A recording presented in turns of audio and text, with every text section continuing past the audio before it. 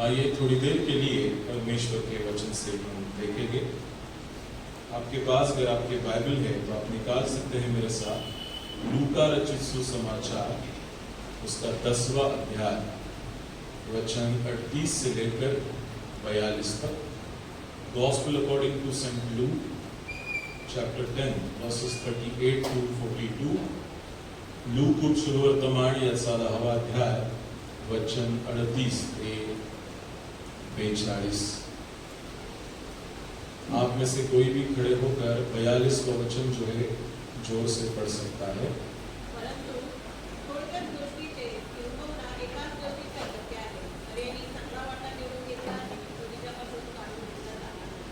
प्रार्थना करेंगे, अपने सर को झुकाएंगे, आंखें बंद करके दुआ मांगेंगे। धन्यवाद देते परमेश्वर आज के इस वक्त के लिए जो वक्त आपने दिखाया है, ताकि हम सब मिलके आपके नाम हम सुना कर दे पाए। मैं नहीं बल्कि आपकी आत्मा आपके लोगों से उनके जरूरत के अनुसार बात करे। ये सब कुछ हम आपके बेटे खुदावंद यीशु मसीह के नाम से मांगते हैं, समर्थ कबूल कर, आमीन। परमेश्वर का धन्यवाद हो आज के इस सुबह के वक्त के लिए। और मैं आशा करता हूं कि ये भाग जो है कई बार आपने पढ़ा होगा या सुना होगा। आप जानते हैं इस भाग को दो अलग अलग महिलाएं हैं और दोनों जो है अपने घर में बैठी हुई है। और वो मार्था जो है, मार्था जाके यीशु मसीह को बुला के लेके आ गया। ध्यान से सुनना, you might have heard it but see from the different perspective, दूसरे एक दृष्टिकोण से देखिए। यीशु मसीह को बुलाने के लिए कौन जाती है? मार्था। कौन जाती है? जोर से बोला, जोर से। है कोई मार्था यहाँ पे? आज तो मार्था जो है बहुत अच्छी है। आप में से अगर कोई है मार्था तो परमेश्वर का धन्यवाद हो आपके लिए। मार्था जो है वो यीशु मसीह को जाती है, बुलाती है कि मेरे घर में आप आ जाओ। पर वहां से कहानी कुछ बदल जाती है। अब मार्था जो है जब यीशु मसीह को बुलाती है तो वो यीशु मसीह के लिए कुछ बनाने के लिए कामकाज में व्यतीत हो जाती है। ओके, फिर मरियम नामक उसकी बहन है, हर सिस्टर, उसकी बहन है, वो भी घर पे मौजूद है।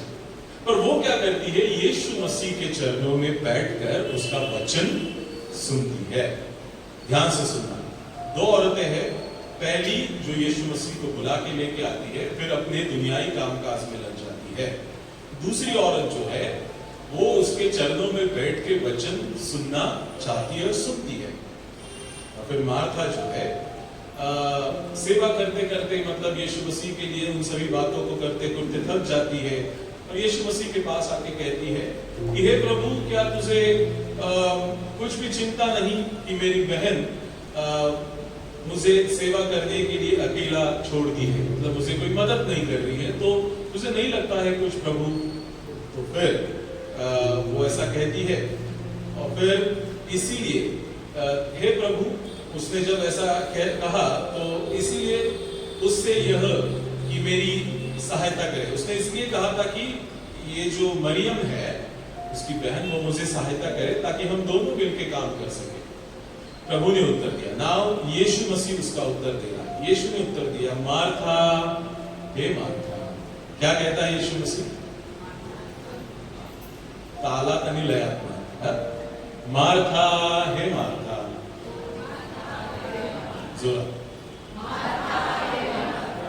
यीशु मसीह कहता है, मार्था हे मार्था, तू बहुत कामों के लिए चिंता करती है, या बहुत बातों के लिए क्या करती है? चिंता करती है। What is the necessary is? What is the importance is? अवश्य क्या है? और उस उत्तम भाग को मरियम ने चुना है और उसे वह छीना न जाए। This is the story. सुना आपने? अच्छा लगा स्टोरी? आज सीखेंगे कुछ इससे। यीशु मसीह जो है, दोनों को सामने है यीशु मसीह के, और यीशु मसीह एक को कहता है कि देख, इसने अच्छा जो है वो चुना है। और इसीलिए आज का मेरा शीर्षक भी है, choose most beautiful place, feet of Jesus. एक सुंदर जगह चुनो और वो है यीशु मसीह के चरण। एक सुंदर जगह चुनो, यीशु मसीह के चरण। अभी हम सब बारिश के सीजन में बहुत सुंदर सुंदर जगह होती है। अगर आप मोबाइल देखते हैं तो उसमें बहुत रील्स आते हैं, है कि नहीं? और इच्छा होती है कि वहां पे जाए, भीगे, बहुत मजा करे, है कि नहीं? बहुत बहुत सुंदर जगह है और इच्छा है कि मैं वहां पे एक बार जाना चाहता हूं। लेकिन कल ही मुझे हमारे एलिसा के जवानों ने कहा, भाई रोहित ने, कि पास्टर साहब हम लॉन्ग ड्राइव पे जाएंगे आज चर्च छूटने के बाद, बहुत दूर जाएंगे गाड़ी में। और लोनावाला में हम देखते हैं तो उन्होंने ऑरेंज अलर्ट कर दिया है कि आप मत जाओ, लेकिन इच्छा तो बहुत है पर जा नहीं सकते। So there are many beautiful places in the world, we really wanted to go and see those things. हम जाना चाहते हैं, हम उसका अनुभव करना चाहते हैं। अच्छी बात है, यू ट्रैवल, आप ट्रैवल करो, घूमो, जितना हो सके उतनी अच्छी अच्छी चीजें देखो, नेचर देखो, गुड। बट बताए आज के भाग में ये दोनों के जीवन में या ये जो घटना हो रही है, इनके जीवन में भी एक को एक ऐसा मौका मिला, एक सुंदर जगह वो चुन ले, और वो सुंदर जगह उसके लिए है यीशु मसीह के चरण। For us also, हमारे लिए भी, which is the most beautiful place, it is the feet of Jesus. Hello, brother, तुम्हाला मी काय म्हणतो? या जगामध्ये जर सगळ्यात सुंदर वातावरण आहे, सुंदर जागा जर कुठे असेल तर देवाच्या चरणी बसणं आणि प्रार्थना करणं। आमीन। मदर टेरेसा जी, तो उसका सबसे ज्यादा वक्त किस में जाता था? प्रार्थना में जाता। रमाबाई पंडिता, उनका सबसे ज्यादा समय किसमें जाता था? प्रार्थना में जाता। मैनी ऐसे बहुत सारे एग्जाम्पल्स है जो हमें बताते हैं कि उन्होंने ज्यादा से ज्यादा वक्त वो उस एक सुंदर जगह पे बिताया है। मैं धन्यवाद दूंगा उन परिवारों का जिनके घर में एक ऐसा भी कमरा है या एक ऐसी भी जगह है जहां पे वो कहते हैं कि प्रार्थना की जगह है। हेलो, है आपके घर पे ऐसा कुछ?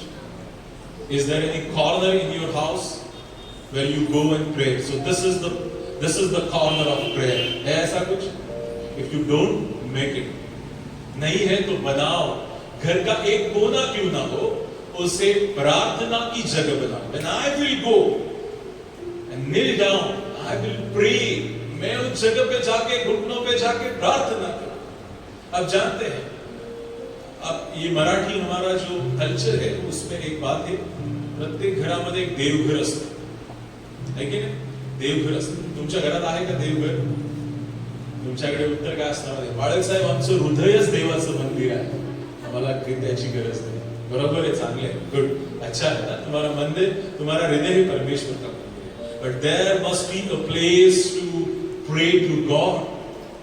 इतना बड़ा घर आपने बनवाया है, मैं जानता हूं हम में से कई लोगों के बड़े बड़े घर हैं, कई के छोटे हैं, बड़ा हो या छोटा, पर एक ऐसा कोना रखो जिस पे आप जाके, घुटनों पे जाके परमेश्वर से प्रार्थना करो। कोई भी कॉर्नर हो घर का, बेडरूम का कॉर्नर हो, हॉल का कॉर्नर हो, किचन का कॉर्नर हो, कहीं पे भी एक ऐसी जगह बनाओ जो आपके लिए बहुत सुंदर है। And when you go to that place, you will feel the happiness, the joy in your heart.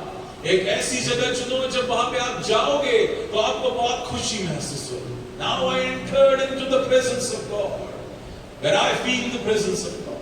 The church is what? कलीसिया क्या है? चर्च क्या है? When you come and enter into the church, it's the presence of the Holy Spirit, it's the presence of God. Church का है देवाची समक्षता असलेली जागा आहे, लक्षात. The presence of God is here. देवाची समक्षता आहे या ठिकाणी. आणि म्हणून ज्यावेळेस आम्ही चर्च मध्ये येतो, चर्च सारखी सुंदर जागा कुठेही नसली पाहिजे तुमच्या आयुष्यात, है की नहीं? म्हणून दावीद म्हणतो, जेव्हा जब किसी ने मुझे कहा कि आओ परमेश्वर के घर चले तो मेरा मन आनंदित हुआ. When somebody says let's go into the temple of God, my heart rejoices. माझ्या हृदयाला आनंद झालेला. ज्यावेळेस मला कोणी म्हणालं चल आपण देवाच्या मंदिरात जाऊ तर मला आनंद झाला, असं देवाचं वचन सांगतं. काय तुमचं आणि माझं हृदय असं आनंदित आहे का ज्यावेळेस आम्हाला कोणी म्हणतं चला आपण आज देवाच्या मंदिरात जाऊ? त्या काळचे लोग, उस समय के लोग जो है दिन में 3-3 बार परमेश्वर के भवन में जाते थे, 3-3 बार जाके प्रार्थना करते थे, 5-5 बार वो लोग प्रार्थना करते थे। हम हफ्ते में एक ही बार कलीसिया में आते हैं, पर मायने ये रखता है कि उस वक्त क्या हमारा हृदय आनंदित है जब हम परमेश्वर के घर के लिए निकलते हैं। सुना आपने मैंने क्या कहा? आपका हृदय आनंदित होता है घर कलीसिया में आने के लिए? मुश्किलें बहुत आएगी। मैं धन्यवाद देना चाहूंगा आज सभी लोगों का, इतने बारिश के बावजूद भी आप सब आए। You are the blessed. Amen, amen. तुम्ही पावसाची चिंता केली नाही, देवाने तुमची गरज रिक्षा असेल, जे पण असेल पुरवली, त्याबद्दल देवाला धन्यवाद। आणि धन्यवाद द्या देवाला की देवा एवढ्या पावसात पण तू माझ्यासाठी मार्ग मोकळे केलेस, आणि म्हणून आज मी मंदिरात ज्यावेळेस जाईल त्यावेळेस मी आनंदित होऊन तुझी स्तुती आणि आराधना। It's a place of joy, it's a place of happiness when you come to church in spite of all the problems and circumstances.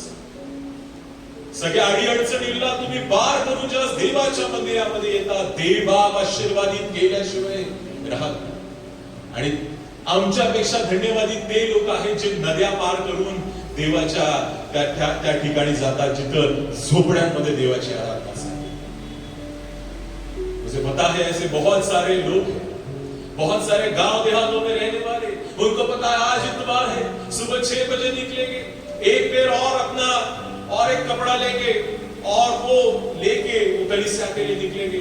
नदी जो है उसको पार करेंगे, पानी में भीग जाएंगे और वापस किसी कोने में जाके कपड़े बदल के आराधना में जाके बैठे। They are the blessed one. आशीर्वादित कोण आहे याची व्याख्या जर तुम्हाला पाहिजे असेल तर हे लोक आहेत जे देवाच्या वचनानुसार आशीर्वादित आहेत। आमची परिस्थिती देवाकडे जायला आम्हाला कधी अडवणूक झाली नाही पाहिजे, लक्षात ठेवा। म्हणून त्या परिस्थितीला सांगा, एक गीत आहे ना, ये मत कहो खुदा से कि मेरी मुश्किलें बड़ी है, इन मुश्किलों से कहो कि मेरा खुदा बड़ा है। परिस्थितीला सांगा की काही होणार नाही, मी जाणार म्हणजे जाणार। कशाला जातो मी? देवाची आराधना करायला, देवाची समक्षितता अनुभवायला जातो मी, म्हणून ही परिस्थिती माझ्यावर कधीच हावी होऊ शकत। और इसीलिए choose the most beautiful place and that is the feet of Jesus। पहला मुद्दा है prepare yourself at the feet of Jesus। अपने आप को तैयार करो जब आप यीशु मसीह के चरणों में जाके बैठते। ये दो महिलाएं जो, एक है मार्था और एक Maryam. You can compare yourself। आज जब ये भाव को आप सुनते हैं तो you examine yourself। आप अपने आप को जांचो कि क्या मैं मार्था के जैसा जी रहा हूं या मरियम से के जैसे जी रहा हूं। ठीक है, मार्था ने तो अच्छा काम किया, यीशु मसीह ने बुलाया। तुम्ही ऐकले का की कमवून कोणीतरी ठेवतो आणि त्याचा उपभोग कोणीतरी घेतो? हेलो, सुना आपने? मार्था ने बेचारे ने बुलाया और मरियम ने क्या किया? उसका भाग उठाया उसको। ठीक है, म्हणून नुसतं देवाला बोलवणारे नसावा, देवाच्या चरणापाशी बसणारे लोक असावे। समझ रहा है आपको? मरियम, मार्था जो है उसको बुलाती है, मरियम जो है उसके चरणों में बैठती है। वचन 39 में लिखा है, मरियम नामक एक उसकी बहन थी, वह प्रभु के चरणों में बैठकर उसका वचन सुनती थी। She listens the word of God। ध्यान से सुनना। अगर आप कुछ अच्छी जगह चुनते हैं और वो जगह यीशु मसीह का चरण है, तो वहां पे उस चरणों में जाके उसके वचन को सुनना बहुत जरूरी। Listen what God says। देवाला ऐकण्याचा प्रयत्न करा। इसीलिए मैंने कहा घर का एक ऐसा कोना चुनो जहां पे आप बैठ सको and try to listen what God says। सुनने की कोशिश करो कि परमेश्वर मुझसे क्या कहना चाहता है। He has many things to tell you। उसके बाद बहुत सारी बातें। तुम्हें क्या लगता है परमेश्वर को गपशप मारना अच्छा नहीं लगता? जरूर अच्छा है। He really wants to talk with you। वो आपसे बात करना चाहता है। But give time to him to talk to you। उसे वक्त दीजिए कि वो आपसे बात करनी है। देता तुम्ही देवाला वेळ बोलायला? नाही देता। आम्हीच बोलतो। बरोबर आहे की चुकीचं आहे माझं? हॅलो, बरोबर आहे की चुकीचं आहे? आम्हीच बोलतो आम्ही देव म्हणतो अरे मला पण बोलायचं थांब थोडंसं म्हणतो देव, पण ते ऐकायलाच येत नाही, कारण आमच्याकडे बोलायसाठी इतकं असतं, याने असं केलं त्याने तसं केलं, हे झालं ते झालं ते झालं. अरे हो, सगळं माहितीये, मी अंतःकरण बाळगणारा देव आहे, मला सगळ्या तुझ्या आयुष्यातल्या घडामोडी काय होता ते मला चांगलं ठाऊक आहे, पण मला पण थोडं तुझ्याशी बोलू दे.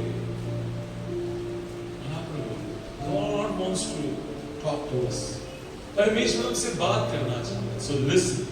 आज घर जाके ये तय करना है कि कौन सा कोना में परमेश्वर से बात करने के लिए, उसकी बातों को सुनने के लिए चुनो. करोगे आप घर पे जाके एक ऐसी जगह चुनो, आपके पसंद से चुनो, एक जगह चुनो जहां पे आप जाके परमेश्वर की सुनोगे, परमेश्वर से प्रार्थना. ये दोनों है, दो में से एक ने बैठी और उसने सुनना चाहा. और पुराने नियम में दो भाई भी थे, पता है आपको कौन था? दो भाई, कैन और हाबिल.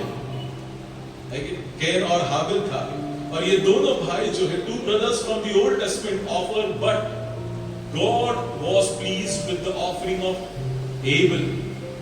दोनों ने परमेश्वर के प्रति कुछ ना कुछ लाया, पर परमेश्वर ने हाबिल का जो है उसको ग्रहण किया. दोनों आए, ये दोनों भी यीशु मसीह के सामने बैठे, बट एटीट्यूड मैटर्स. समझ रहे मेरी बात को? तुम्हारा एटीट्यूड क्या है परमेश्वर के प्रति, वो मायने रखता है. यीशु मसीह कोई सीधा साधा नहीं है कि तुम ये आगे बस तुम्ही माझे काम करते. हॅलो, देव चष्टे उडवला जाणार नाही देवाचं वचन सांग. देवाला खिशातला करून ठेवू नका देवाचं वचन सांग. त्याचं महत्व आहे, अनन्य साधारण महत्व आहे देवाचं. त्याला तीच जागा नाही. तो महान आहे, सर्वशक्तिमान. जस देवाला बोलता तेवढं रेव्हरन्स, तेवढा आदर परमेश्वरला जी मरियम ने दिलेला आहे. मार्था ने तो उसको बुलाया, पर ये भूल गई कि उसने किसको बुलाया है और उससे क्या लेना चाहिए. Are you getting my point? यीशु मसीह को बुलाना मतलब उसे उन आत्मिक बातों को जानना है. That was the important. ना कि इन दुनियावी बातों को करना. जब यीशु मसीह तुम्हारे जीवन में है, उसको महत्व दो. ये दो भाइयों ने भी परमेश्वर के प्रति लाया, पर एक का ग्रहण किया और एक का ग्रहण नहीं किया गया. क्यों? क्योंकि एक का व्यवहार शायद परमेश्वर के प्रति वैसा नहीं था जैसा दूसरे का था. इसीलिए परमेश्वर के चरणों में जब आप जाओ तो अपने आप को तैयार करो जब आप उसके चरणों में बैठे. You prepare yourself at the feet of Jesus. यीशु मसीह के चरणों में अपने आप को तैयार करो. दूसरी बात, pour out your heart at the feet of Jesus. तुम्हारे मन को परमेश्वर के सामने क्या कर दो? खोल दो, उंडेल दो. यूहन्ना रचित सुसमाचार उसका 11वां अध्याय और 32 से लेके 36 में अगर हम देखते हैं तो वहां पे इस बात का प्रमाण हमें मिलता है. और वहां पे हम देखते हैं कि जब 32 वचन में जब मरियम वहां पहुंची जहां यीशु था, तो उसे देखते ही उसके पांव पर गिर पड़ी और कहा, हे प्रभु, तू यदि यहाँ होता तो मेरा भाई नहीं मरता. जब वो उनका भाई भी है, उसका नाम क्या है? लाजरस. अब ये घटना पता है ना आपको क्या है? लाजरस मर जाता है कि नहीं? और ये दोनों जो है उसे पहले बुलावा भेजती, पर आ नहीं सकता. तो जब यीशु मसीह सामने आता है तो ये कहती, अगर तू यहाँ पे होता तो मेरा भाई आज नहीं मरता. और उससे पहले कार्य वो करती, क्या करती है? लिखा है परमेश्वर के वचन में, उसके पांव पर गिर पड़ी और कहा, उसके पांव पर गिर पड़ी. और आगे लिखा है, जब यीशु ने उसको और उन यहूदियों को जो उसके साथ थे रोते हुए देखा तो आत्मा में बहुत ही उदास और व्याकुल हुआ और कहा, तुमने उसे कहाँ रखा है? उन्होंने उनसे कहा, हे प्रभु, चलकर देख ले. यीशु रोया. नाउ लिसन, जब आप परमेश्वर के चरणों में जाके रोते हैं, when you pour out your heart, जब सब बातें परमेश्वर को जाके बताते हैं, तो लिखा है परमेश्वर भी हमारे उन फीलिंग्स को समझता है। Feelings at the feet of Jesus and weeping in front of Jesus. यीशु मसीह के सामने वो रोती है, गिड़गिड़ा के उसके मन की बातें परमेश्वर से कहती है। इसका परिणाम क्या होता है पता है? क्या होता है इसका परिणाम? यीशु मसीह लाजर को वापस जिंदा करता है। एक परिणाम ये होता है। But there is a other perspective of this passage is, लिखा है यीशु मसीह ने जब देखा कि ये मरियम भी रो रही है, उसके साथ यहूदी भी रोए, ये देख के वो क्या हुआ? उदास हुआ। और बाइबल में लिखा है वचन 35 में यीशु रोए। हेलो, यीशु क्या हुआ? रोए। यीशु ने उसकी जरूरत को पूरा किया, पर इससे महत्वपूर्ण है कि वो उसके साथ रोया। पुराने नियम, the book of Exodus is talk about God is a co-sufferer and co-traveler। और नए नियम में Jesus in the book of Luke, Jesus is the co-sufferer and co-traveler। पुराने नियम में लिखा है कि परमेश्वर उनके साथ साथ यात्रा करता था। आप जानते हैं जब वो मिस्र से निकले तो परमेश्वर उनके साथ साथ था, अग्नि स्तंभ और मेघ स्तंभ के साथ, और उसी के साथ वो उनके साथ क्या कर रहा था? ट्रैवल कर रहा था। उनके साथ वो भी दुख को भुगत रहा था। और नए नियम में हम देखते हैं यीशु मसीह जो है वो भी उनके साथ दुख भोगता है, रोता है मेरे प्रिय। इतनी अच्छी बात। It is not you alone that crying for something. It is your God is with you and He is also crying with you. He is comforting you. वो तुम्हें क्या करता है? मदद करता है, तुम्हें सांत्वना देता है। मत रो, तू यहां से इस परिस्थिति से जरूर बाहर निकलने वाला। God is with us. मी तुझ्या पाठीशी असं म्हणत नाही, देव लक्षात ठेवा। कळते तुम्हाला? मी तुझ्या बरोबर आहे असं म्हणतो। तुझ्या संकटात मी तुझ्या बरोबर आहे। I am with you. मी पाठीशी उभा राहून बघणार नाही तू कसं रडतोय, मी तुझ्या बरोबर रडणार। मैं तुझे दुख समझना है, मैं तुझा त्रास समझना है, मैं इन बातों को समझने पाऊंगा, मैं तेरे साथ रोऊंगा। God will definitely cry with you, definitely He will, but you are supposed to be in the feet of Jesus and pour out your heart। आपके मन को, बातों को सब परमेश्वर के सामने उंडेल दो। भजन संहिता 62 में लिखा 8 वचन में कि तुम्ही परमेश्वरा पुढे आपलं मन मोकळं करा आणि सगळं काही देवाला सांगा, असं देवाचं वचन सांगतं। परमेश्वर को सभी बातों को बोलो। आप बोलते परमेश्वर को? हेलो, बोलते परमेश्वर को? क्या क्या क्या जरिया है आपको बोलने का? प्रार्थना है क्या? सगळं सांगता का? हेलो, थोडंसं ठेवता का? हे नको, हे खूप चुकीचं आहे, हे नको सांग, हे जरा वाईट झाले, जरा जास्तच मी केले। हॅलो, ऐकताय तुम्ही सगळे? हा, लक्ष देऊन ऐका। हे जरा वाईट केले, हे नाही सांगणार, नका सांगू, देवाला सगळं माहिती आहे। पण धन्य आहेत ते लोक जे मुखाने कबूल करतात। तुम्ही तुमचे पाप पदरी घ्या आणि सोडून टाका देवाचं वचन सांगा। बोला, किती वाईट घाणेरडं चुकीचं काम जरी झाले तरी बोलून दाखवा देवाला। भक्त आणि अनुतप्त हृदय देवाला प्रिय आहे असं लिहिलेलं आहे देवाचं वचन। म्हणून सांगा किती वाईट आणि घाणेरडं काम झालं तरी देवाला तेच लोक आवडतात जे प्रामाणिक आहेत। लक्षात, हुशारी करू नका देवासमोर, देवाला सगळं माहिती। इसने क्या किया? अपना मन की बातें परमेश्वर के सामने उंडेल दी और सब परमेश्वर। आप भी आने वाले दिनों में सब बातें परमेश्वर से कहो, क्योंकि वो तुम्हारे साथ यात्रा करता है।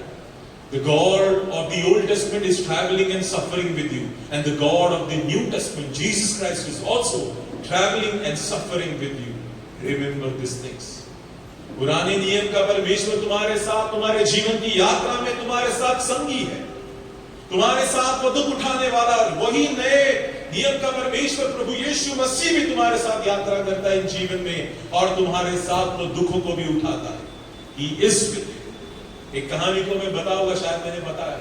एक व्यक्ति बिजनेसमैन था, एक परिवार में भी मैंने बताया कि वो उसके बिजनेस में बहुत ही अच्छा था, और रोज जो है वो परमेश्वर का डरने वाला था, और रोज वो समंदर के किनारे वहां पे वो टहलने के लिए जाता था और वो देखता था कि रोज उसके साथ और एक फुटस्टेप उसके साथ चल रहे every day when he was walking. वो जब चल रहा था तो एक जो है फुटस्टेप उसके साथ चलता था। एक दिन अचानक उसके बिजनेस में लॉस हो जाता है, सब कुछ चला जाता है और जब वो वापस टहलने के लिए निकलता है समंदर के किनारे, देखता है कि वो चरण उसके साथ नहीं है और वो मान लेता है कि देखो मेरे बुरे वक्त में परमेश्वर ने भी मुझे छोड़ दिया, मैं अकेला हूं। और वो बहुत दुखी हो जाता है। कुछ दिन के बाद उसकी परिस्थिति वापस अच्छी हो जाती है और वापस वो दो पैर उसको वापस उसके साथ दिखने लगते, जो टहलने लगता और वो परमेश्वर से प्रश्न करता है, देख तू मेरे बुरे वक्त में मुझे छोड़ के गया, ये अच्छी बात नहीं थी। आज मैं वापस एक बार अपने वापस उस स्तर पे आ गया।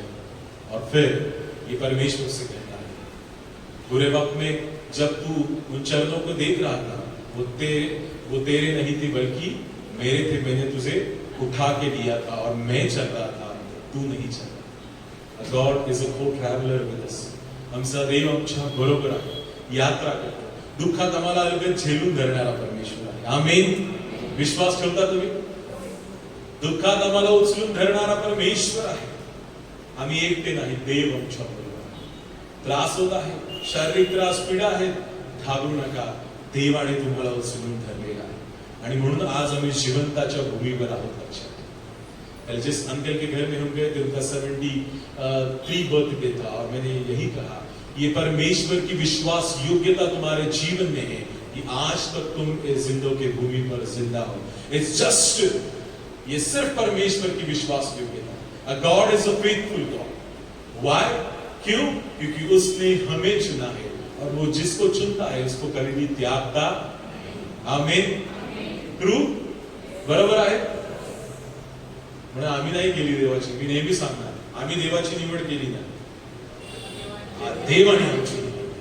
आणि किती किती आपण नाही का आता मराठीमध्ये भाग्यशाली सौभाग्यशाली असं म्हणतात ना, आम्ही किती प्रिव्हिलेज्ड आहोत की एवढ्या मोठ्या जगातून देवाने आम्हाला निवडलेलं आहे।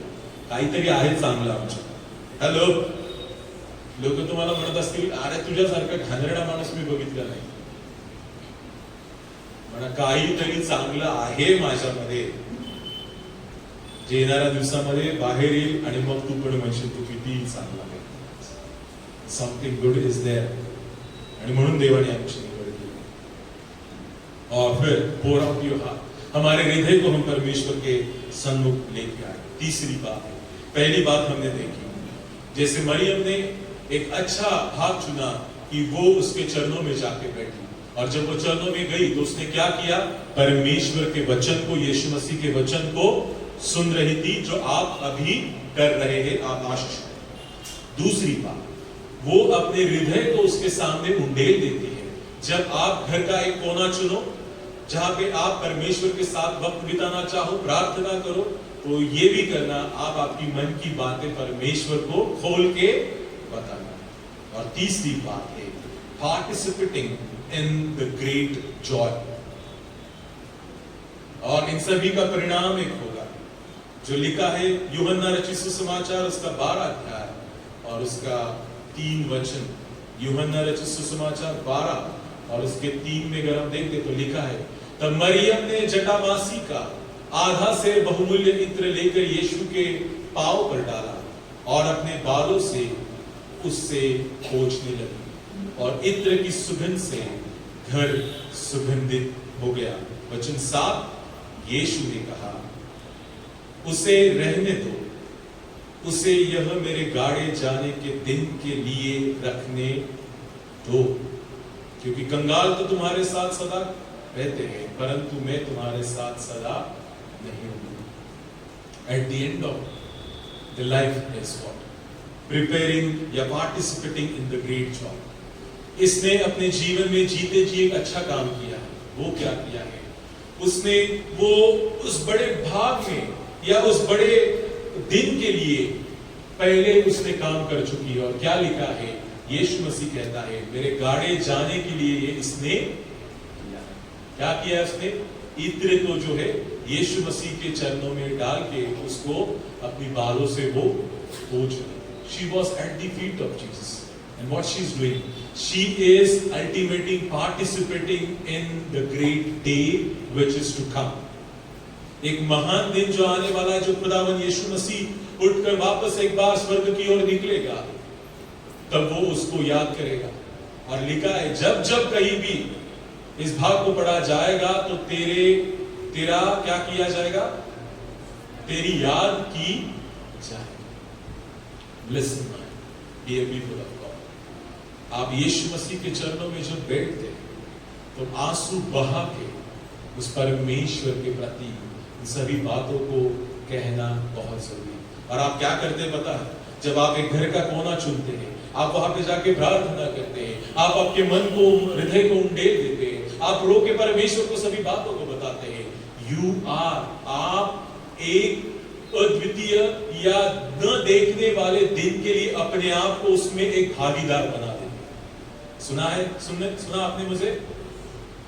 जो अनंतता का जीवन है, एक दिन आएगा कि यीशु मसीह वापस आएगा। उस दिन के लिए पहले ही आप अपने आप को तैयार करते हैं। कहां पे?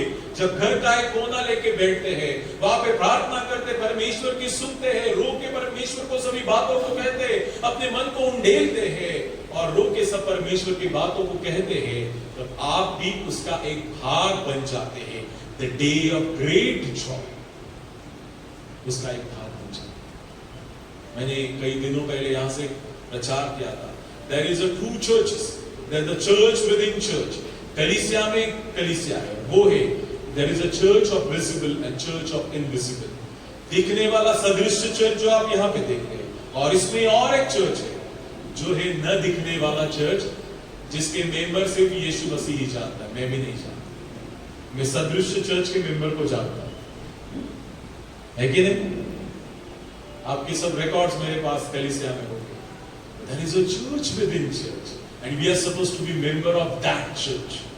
पृथ्वी में रहना है तो इस कलीसिया का एक भाग बनो, अच्छा है, बट एक मनसा रखो कि मैं उस कलीसिया का भाग बनना चाहता हूँ जो कलीसिया उठा के लिए जाने वाली है। आमीन, आमीन।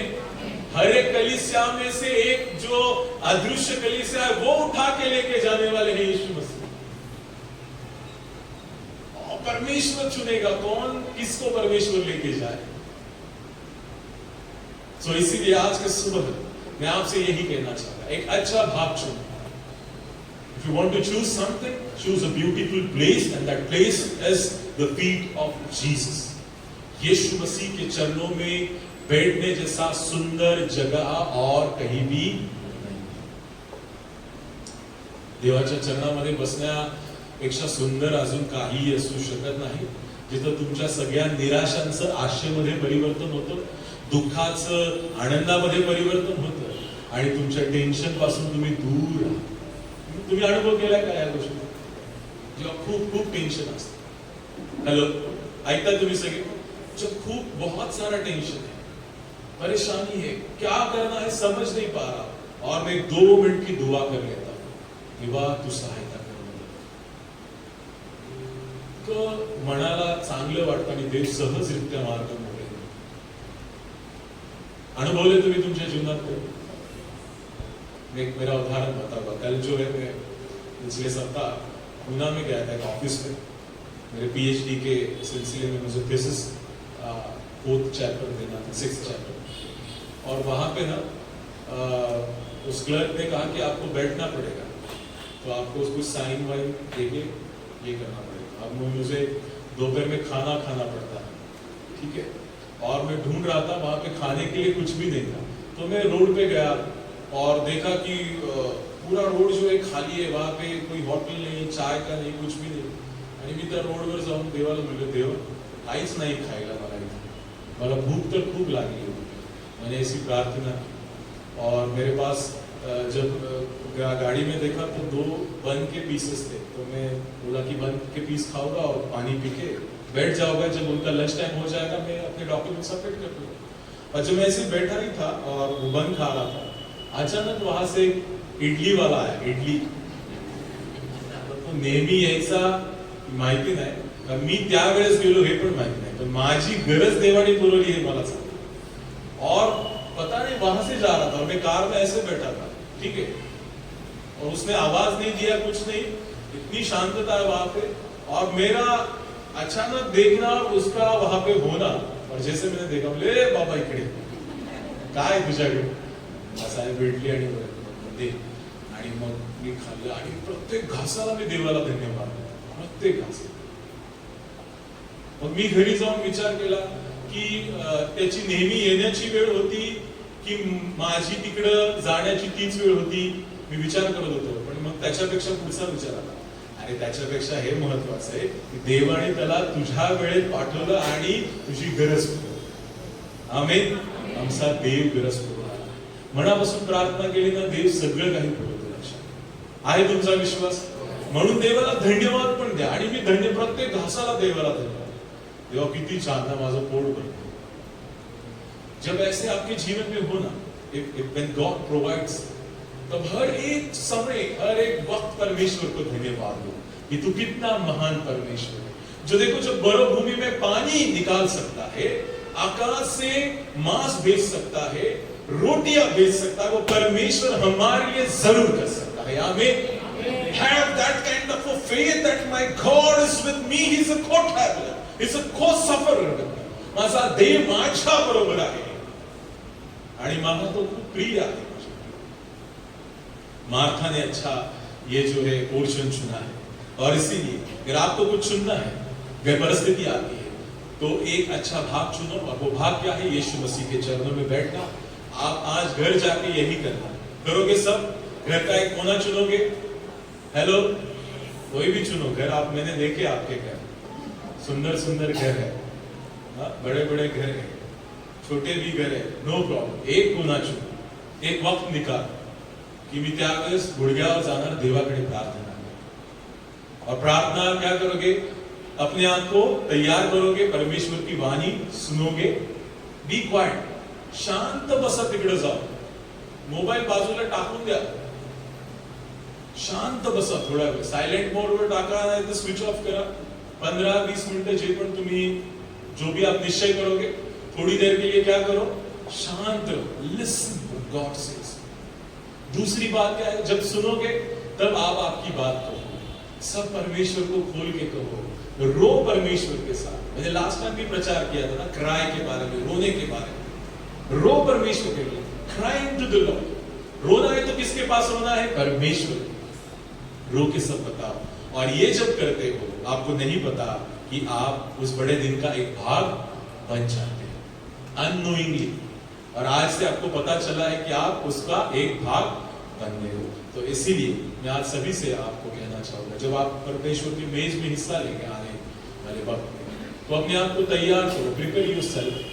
जब वेदी पे भी आते हो तो तैयारी करके आओ. या परमेश्वर को जब आप प्रभोज में हिस्सा लेते हो तो रो के परमेश्वर को उन बातों को बताओ. परमेश्वर आपकी सुनने वाला और आपकी जरूरतों को पूरा करने वाला परमेश्वर. परमेश्वर के वचनों के द्वारा हम सबको आशीषित करे. आइए हम प्रार्थना करेंगे. धन्यवाद देते परमेश्वर आज के इस वक्त के लिए, जो वक्त आपने हमें दिखाया, ताकि हम सब मिलकर आपके नाम की हम घोषणा करें. आज के इस कलाम को हम आपके हाथ में, हम एक ऐसा सुंदर जगह चुने जहां पे हम आपके चरणों में बैठ के अपने आप को तैयार करें, अपने हृदय की बातों को उंडेल, ताकि हम उस बड़े दिन का हिस्सा बनने पाए. यहाँ पे मौजूद हर एक व्यक्ति को हम आपके हाथ में दें. हमारे बीच में जो कोई बीमार, उन्हें छूकर चंगाल दीजिए. जो दुख में है उन्हें शांत बना दीजिए. और जो जरूरत में उनकी हर एक जरूरत खुदावंद यीशु मसीह के नाम से पूरी कीजिए. सब कुछ हम आपके प्रभु खुदावंद यीशु मसीह के नाम से मांगते सुनो कबूल कर. आमीन. हम धन्यवाद देंगे हमारे ब्रदर डैनियल प्रभुने के लिए. मैंने 2 बार हमारे ग्रुप में भी डाला था. उनका पहले एंजियोग्राफी हुआ और कुछ ब्लॉक्स निकले तो एंजियोप्लास्टी भी हुआ, और आज वो अच्छा महसूस कर रहे. तो प्रभु ने परिवार के लिए प्रार्थना करेंगे.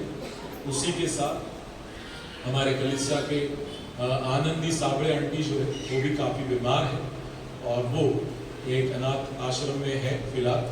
उनकी वहाँ पे अच्छी जो है केयर करी जा रही है. तो उनके लिए भी प्रार्थना करो. सुबह ही उनका फोन आया था कि पास्टर ने कुछ स्वस्थ नहीं महसूस कर रही, तो जरूर मेरे लिए कलीसिया के रूप में आप प्रार्थना करो। क्यों ना इन दो बातों के लिए हम प्रार्थना करें, आप भी आपके मनों में प्रार्थना करो। धन्यवाद देते परमेश्वर, हम प्रार्थना करते हमारे ब्रदर डैनियल प्रभु ने की। पिछले दिनों में परमेश्वर आपने इन्हें छूकर चंगाई दी और पूरे रिकवरी के लिए प्रार्थना करते हैं परमेश्वर, उनके साथ आप होइए, पूरी तरीके से चंगाई दीजिए। हम धन्यवाद देते हैं हमारे सिस्टर आनंदी सावड़े के लिए, अनु आंटी के लिए, उनके ऊपर भी आप आपकी आशीष भेज दीजिए परमेश्वर, और आप उन्हें चंगाई दीजिए। हमारी नहीं बल्कि आपकी इच्छा उनके जीवन में पूरी होने पाए। सब कुछ हम आपके खुदा यीशु मसीह के नाम से मांगते समर्पित कर, आमीन।